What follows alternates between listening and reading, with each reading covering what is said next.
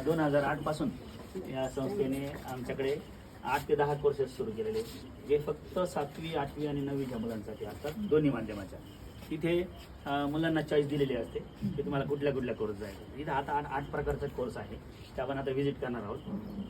इथे जे आहे ते बेकरी आणि कन्फेशनरी, तिकडे ब्युटिशियन, कुकिंग, तबला वादन, त्यानंतर सर्वच आहे ते आपण गेल्यानंतर तुमच्या ते लक्षात येईल सगळं. तर आता बेटा होईल हिना मॅडम.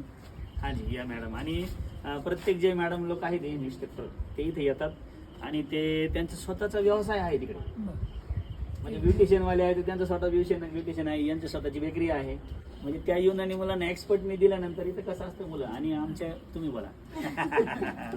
हे माझे विद्यार्थी आहे बेकरी कन्फेक्शनरीची.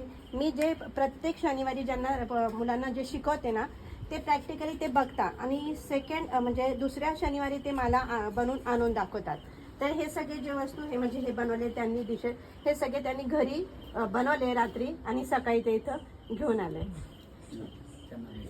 हे तुम्ही शिकवले? हा, कोणी बनवले केक? हे हिने बनवलेलं आहे. काय काय टाकलं सांग. याच्यामध्ये ना चॉकलेट प्रेमिक्स टाकलेलं आहे, त्याच्यामध्ये पाणी टाकून चांगल्या प्रकारे फेटून घ्यायचं. मग त्यामध्ये 1 स्पून तेल टाकलेलं आहे आणि ते फेटून झाल्यानंतर 25 ते 30 मिनिटे बेक करायचे.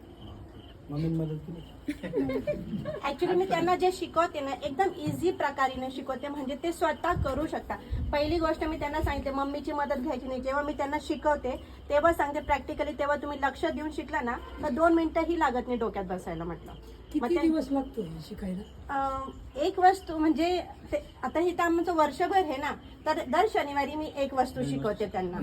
बेकरी आणि आता समजा शिकून झालं तुमचं, हा पोर्शन संपलं, यांना काही सर्टिफिकेट देणार?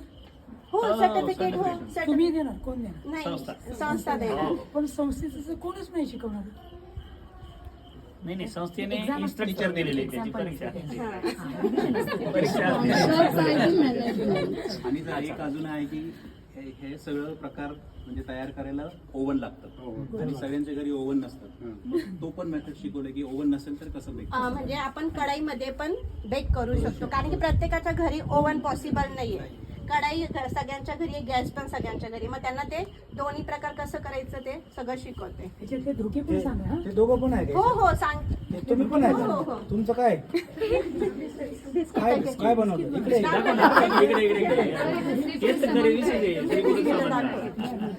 तुझं नाव काय बाळा?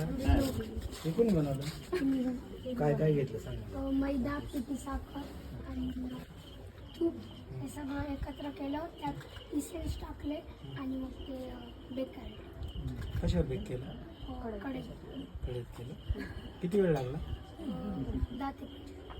10 ते 20 मिनिट. नक्की? जास्त लागलं. गॅस छोटा होता का मोठा होता?